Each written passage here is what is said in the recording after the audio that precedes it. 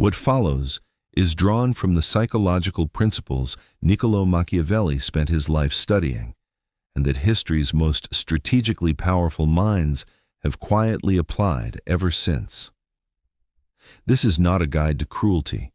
It is a guide to clarity. There is a version of you that nobody can touch. Not touch in the physical sense, touch in the way that actually matters. The way someone's comment follows you home, the way a single message can ruin your entire afternoon, the way an offhand remark from someone you barely respect somehow lives inside your head for 3 days. That version of you, the one that doesn't flinch, doesn't chase, doesn't leak, is not some fantasy. It is not reserved for celebrities, for billionaires, for people who had some clean, perfect upbringing. It is available to you, right now, as you are. But getting there requires something most people are not willing to do. You have to be willing to unlearn almost everything you were taught about how strength works. Because here is the hard truth. Most of what you were told about power is completely backwards. You were taught that strength means speaking up, fighting back, defending yourself, making sure people know they cannot walk over you. And because of that, you have spent years, maybe decades, wasting your most valuable resources on people and situations that were never worth it. Every time you fired back at someone who wasn't worth your time, you gave them something they didn't deserve. Your energy. Every time you stayed up mentally rehearsing arguments, you handed your peace of mind to someone who probably forgot what they said to you the very next morning. Every time you bent over backwards explaining yourself to people who never planned on understanding you anyway, you surrendered a piece of your power. That ends today.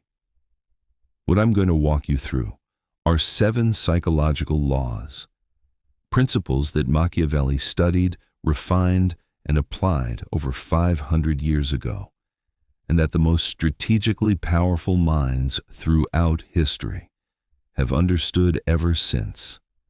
These will not turn you into a cold, emotionless machine. They will not make you distant or difficult. They will make you genuinely untouchable.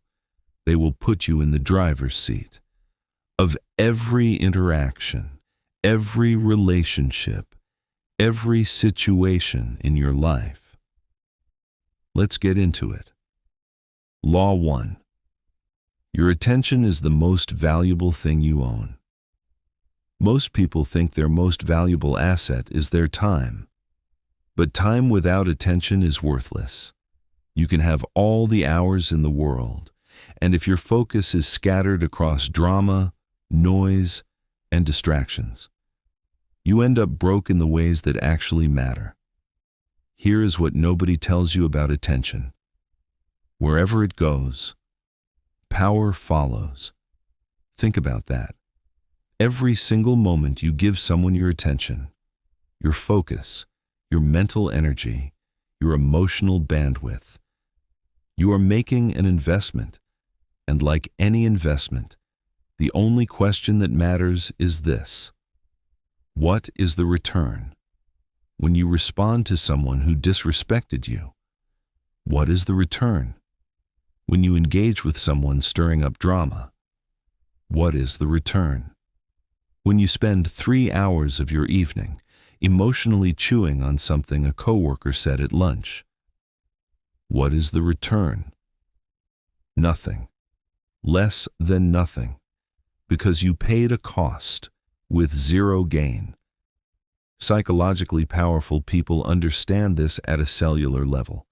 They treat their attention the way a serious investor treats capital. They don't throw it at every opportunity that comes knocking. They don't spread it thin across things that will never produce results. They are ruthlessly selective. And because of that selectivity, their attention actually means something. When they focus on you, you feel it. When they give you their time, it carries weight. And that weight, that is influence. That is magnetism. Here is the practical shift you need to make starting today. Before you give anything, your response, your time, your emotional energy, ask one question. Does this deserve it? Not, should I be polite? Not, will they think I'm rude if I don't respond? Just, does this deserve my attention? If the answer is no, you move on. No guilt, no second guessing, no explanation. The people who've built real power in their lives aren't the ones who responded to everything. They're the ones who responded to the right things. They created an invisible filter, and only what passed through that filter got access to them. You need that filter. Build it, honor it, and watch how quickly your energy, your focus, and your results begin to transform. Law 2. Silence is not surrender. It is domination. Let's talk about silence, because most people in this culture have a deeply distorted relationship with it. We live in a world that rewards noise. The loudest voice gets the most attention. The person who always has a comeback is considered quick-witted. The person who never backs down from a verbal confrontation is seen as strong. And because of that, most people have learned to associate silence with weakness, with backing down, with losing. I need you to flip that completely. When someone attacks you and you fire back, what have you actually accomplished? You've validated them. You've confirmed that their words carried enough weight to pull you into the fight. You've entered their arena, played by their rules, and spent your energy on their terms.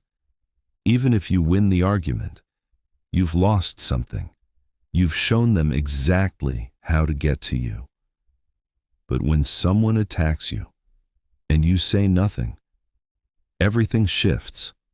Silence in the right moment is the most destabilizing response you can give, because the human brain is wired to expect reactions. When someone throws a verbal punch and hits air, it creates a kind of psychological vertigo. They don't know what to do with it. They expected resistance and got nothing. And that nothing starts to work on them in ways that words never could. They start questioning themselves. Did you even notice what they said? Did it bother you at all? Do you think so little of them that they're not even worth a response? The uncertainty eats at them. The not knowing is genuinely torturous for someone trying to provoke a reaction. Meanwhile, you've already moved on with your life. Machiavelli saw this play out in the courts and councils of Renaissance Italy. The leaders who survived the longest weren't the ones who argued the loudest. They were the ones who knew when saying nothing was the most powerful statement they could make. There is another dimension to this. Every word you speak is information. Every time you explain yourself, you reveal what you care about. Every time you defend yourself, you show people where your soft spots are. And anyone who wants to manipulate you will file that information away and use it against you the next chance they get. Silence gives them nothing. No data, no emotional tells, no map of your vulnerabilities. You become, in a very real sense, unreadable. And unreadable people are impossible to control. This does not mean you never speak. There are absolutely moments that call for your voice, but those moments should be chosen, not reactive, strategic, not impulsive. When you do speak, it carries weight precisely because you don't speak carelessly. Choose your silence, choose your words, and understand that in many situations, the most powerful thing you will ever say is nothing at all. Law 3. Scarcity is the engine of value. There is a reason the things we want most in life are the things we can't always have. It is not coincidence. It is psychology. Human beings are hardwired to value what is rare and discount what is abundant. It is baked into our biology. Scarcity signals value. Abundance signals disposability. Most people apply this principle when they think about products, money, or status. But they completely miss the fact that it applies to them personally, to their time, to their presence, to their availability. Think about someone in your life, maybe from a previous relationship, maybe a friendship, who was always there, always available, always dropped everything when you called, always responsive, always accommodating. How did you feel about them after a while? If you're being honest, probably something between comfort and boredom, maybe even a little suffocated. And here is the uncomfortable truth. You probably didn't value their presence the way you should have, precisely because it was always there. There was no cost to accessing it. And we don't value what costs us nothing. Now flip it. Think about someone who was selective, who you weren't quite sure you'd hear from, whose attention felt like it had to be earned, who showed up fully when they showed up, but wasn't just perpetually available. How did you feel about that person? You thought about them. You wondered what they were doing. You valued the moments you did connect because those moments felt earned and real. That is not manipulation. That is just psychology.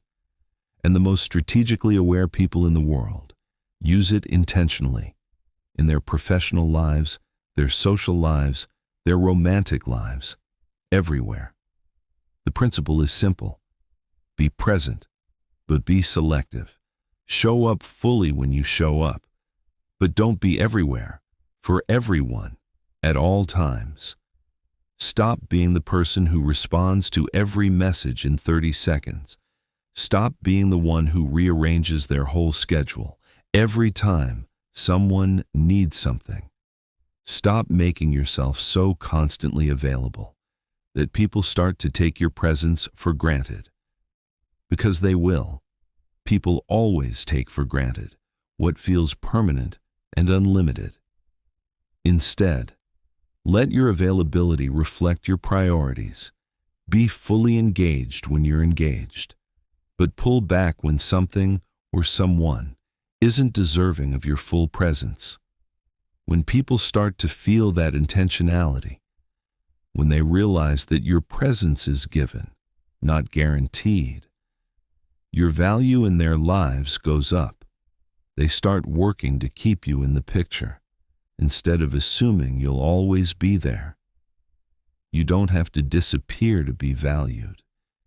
You just have to make sure that being with you feels like something worth showing up for. Law 4. The mind-bending power of the non-reaction. Here is something that the most strategically minded people figured out a long time ago, and that the rest of the world still doesn't fully grasp. Your non-reaction is more powerful than any reaction you could ever have.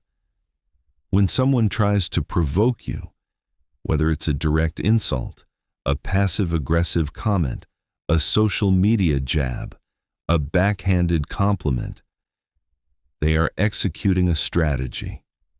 Whether they know it or not, what they're really doing is trying to take the wheel from you. They want to steer your emotional state.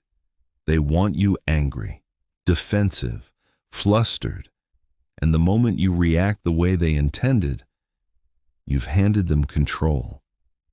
But when you don't react, when you look right through them, when you continue your day completely undisturbed, when you give them absolutely zero acknowledgement that their attempt even landed, something fascinating happens inside their mind. The human brain is built around feedback loops. We act, and we expect a result. When someone provokes you and you react, the loop closes. They know their action had impact. They learn what works. They file it away. But when you don't react, the loop stays open.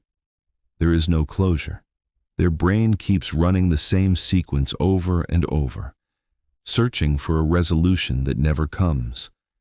That open loop is psychologically consuming. It creates a kind of low-grade obsession. They replay the moment. They wonder why it didn't land. They question themselves. And all of that mental energy they're burning is energy they're spending on you, while you're spending zero mental energy on them. Let that sink in.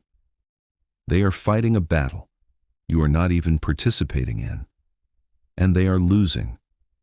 This is true at every scale. The coworker who makes a snide comment and watches you laugh and move on. The person online who leaves a nasty comment and gets nothing back. Not a response, not even a like, just silence. The ex who tries to get under your skin through mutual friends and finds that their attempts bounce right off you. Non-reaction is not passivity. It is a statement. It says, "You have no grip on me. You do not affect my emotional state. You are not in my world the way you want to be." And that statement hits harder than any clapback ever could. Practice this deliberately. The next time you feel the urge to respond to something unworthy, pause, breathe, let the moment pass, and notice how it feels to watch someone's attempt to destabilize you just float by harmlessly. That feeling, that is power, real, quiet, sustainable power. Law 5. Know who to cut, and do it cleanly. Not everyone in your life deserves to be there. That might sound harsh, but it is one of the most compassionate things you can accept. Because when you allow the wrong people to occupy space in your life, you don't just drain your own resources, you also deprive the right people of your best self. There are 3 categories of people that you need to examine honestly and cut cleanly if necessary. The first, your adversaries. Not people who disagree with you. Healthy disagreement is valuable. I mean the people who are actively working against you, the ones who smile to your face and undermine you behind your back, the ones who celebrate your stumbles and minimize your wins, the ones who would genuinely prefer to see you fail. The temptation when you identify these people is to expose them, confront them, publicly call them out. You want justice. You want people to know the truth. But here is the strategic reality. Engaging with them gives them a platform. It makes them relevant. It pulls you down to a level where fighting the battle takes all your energy, leaving nothing for actually winning. The move is to erase them, not dramatically, not publicly, just quietly and completely. Stop giving them your attention. Stop referencing them. Stop letting their existence shape your decisions. And then keep building. Keep winning. Keep rising. Because your success is a far more devastating response than anything you could say to them directly. The second category, the chronic critics. These are people who never create anything, never build anything, never put their own work on the line. They just sit on the sidelines and tear down everyone who does. These people are not your problem. They are not your responsibility. You owe them nothing, not a response, not a defense, not even a moment of consideration. The only thing critics need is an audience. The moment you stop providing one, they become irrelevant. And here is the beautiful irony. The more you build, the more they'll criticize, and the more that criticism will reveal how threatened they are by your progress. Your success doesn't argue with criticism. Your success makes criticism irrelevant. The third category, and the most insidious, the energy drains. These are the people who look like friends, act like allies, but slowly hollow you out from the inside. They always have a crisis. There is always some emergency that requires your emotional labor. Every conversation leaves you feeling exhausted. And whenever you try to establish a boundary, somehow you end up feeling guilty about it. Here is the thing about energy drains. They don't improve. The crises don't end. The problems don't get resolved. Because what they're actually addicted to isn't solutions. It is attention. Your attention. And you've been providing it because you're a good person, because you care, because you don't want to abandon someone who's struggling. But pouring your energy into a bottomless pit doesn't help them, and it absolutely destroys you. Protecting your energy is not selfish. It is survival. You cannot show up fully for the people who actually deserve you if you've been drained dry by the ones who don't. Cut cleanly, not with cruelty, not with a big dramatic announcement, just quietly, consistently, permanently.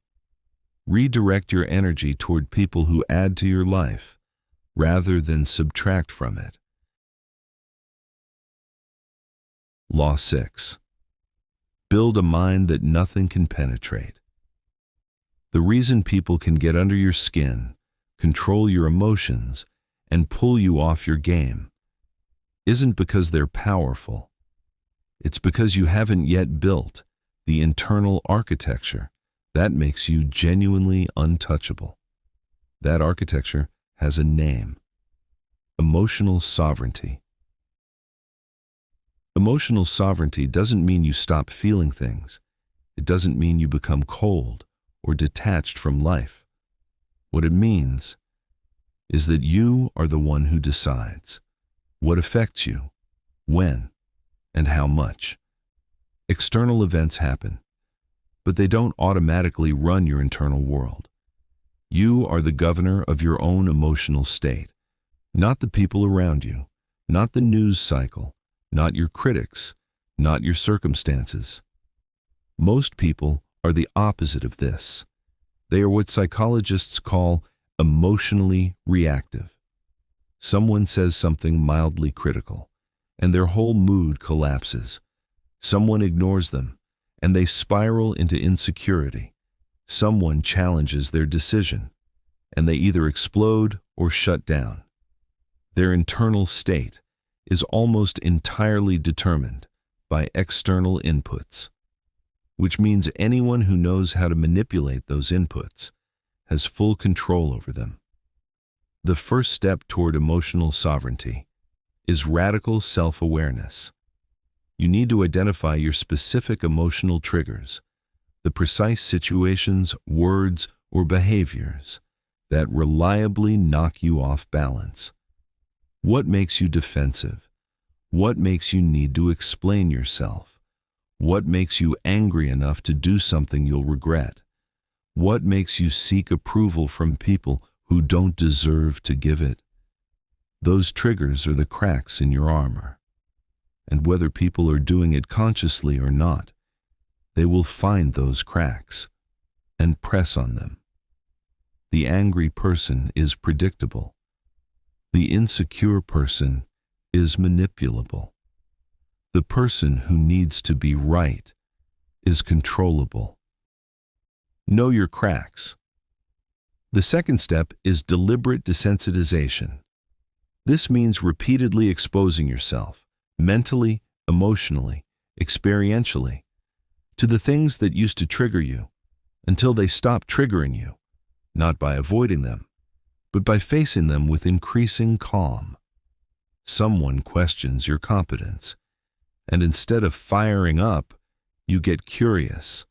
Someone tries to embarrass you, and instead of shrinking, you stay grounded. Someone tries to make you feel small, and instead of absorbing it, you just let it slide right off. This takes time.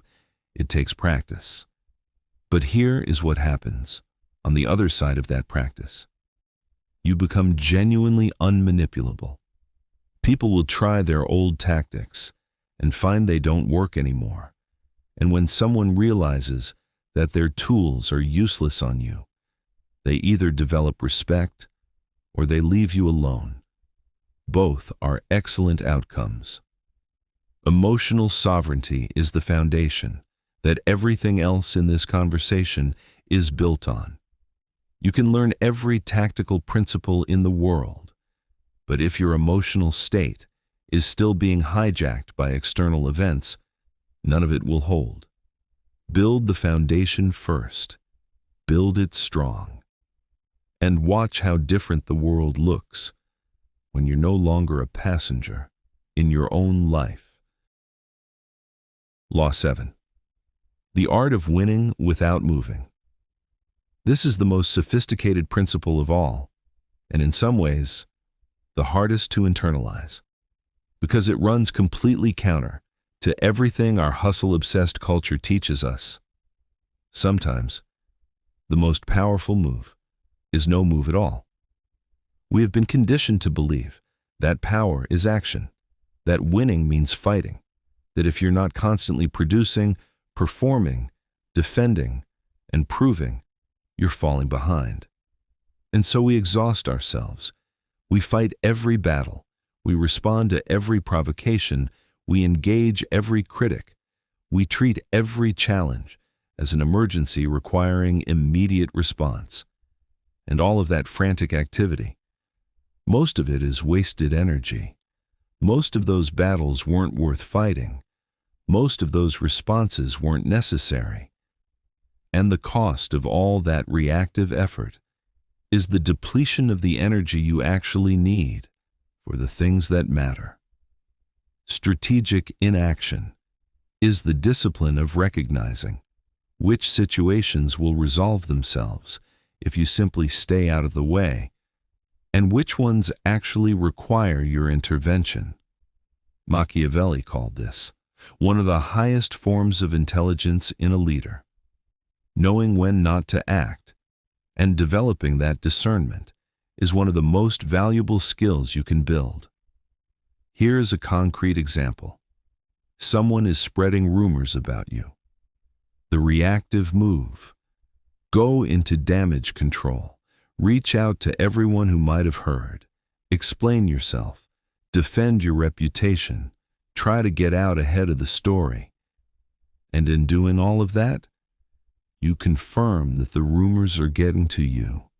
You spend enormous energy on a narrative you don't actually control, and you make the situation into a bigger deal than it probably needs to be. The strategic move. Do nothing.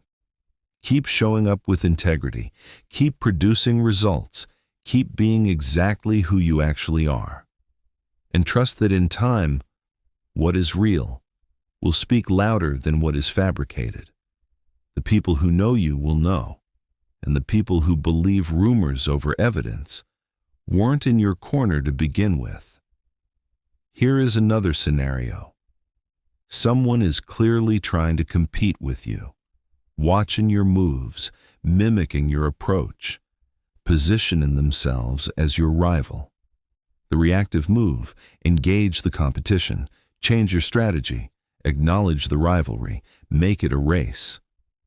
The strategic move: Ignore them completely, not with hostility, just with total indifference.